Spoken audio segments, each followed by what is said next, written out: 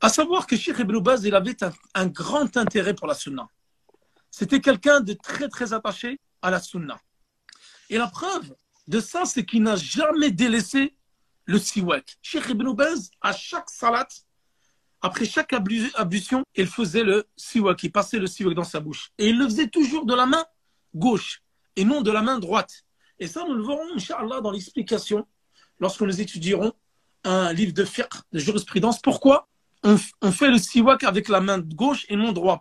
Parce que lui, il voyait que le fait de faire le siwak, c'était min bab al-navafa. C'est-à-dire ça faisait partie du nettoyage de la bouche, des impuretés qui pouvaient y être. Donc lorsqu'on utilise le siwak pour enlever des impuretés, on l'utilise de la main gauche. Et lorsque c'est uniquement pour faire de la sunna et non pas pour enlever les impuretés, on le fait de la main droite.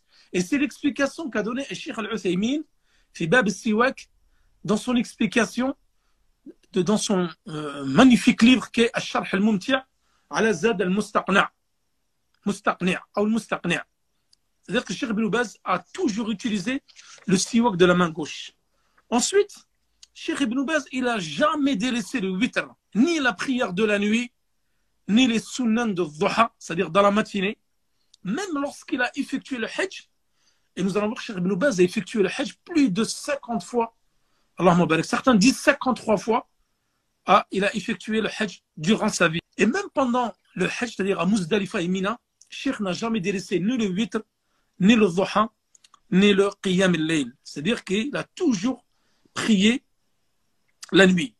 Et nous allons voir une journée type du Cheikh Ibn Baz. C'était quelqu'un de très, très, très occupé et il ne perdait aucune minute de sa journée. C'était quelqu'un qui était haris, c'est-à-dire qu'il faisait très attention au temps qui passait. Ensuite, également, Cheikh Ibn Baz, toujours, il faisait les 2 unités de prière après les ablutions, après avoir effectué ses ablutions. Et lorsqu'il rentrait de voyage, toujours, il allait à la mosquée pour effectuer 2 unités de prière avant de rentrer chez lui. Parmi ses caractéristiques et ses bonnes qualités, sa haute moralité, c'est qu'il rendait toujours visite aux malades. À chaque fois qu'il entendait qu'il y a quelqu'un qui était malade, il s'empressait de lui rendre visite. Et également, il a toujours assisté aux prières funérailles. Ensuite, dans ses nawafil wa rawatib, il n'a jamais délaissé les rawatib et les nawafil, c'est-à-dire les prières surrogatoires. Il faisait toujours 4 rak'at, 4 unités de prière avant d'or, 4 unités de prière après, et parmi les nawafil, il faisait toujours 4 unités de prière avant l'asr.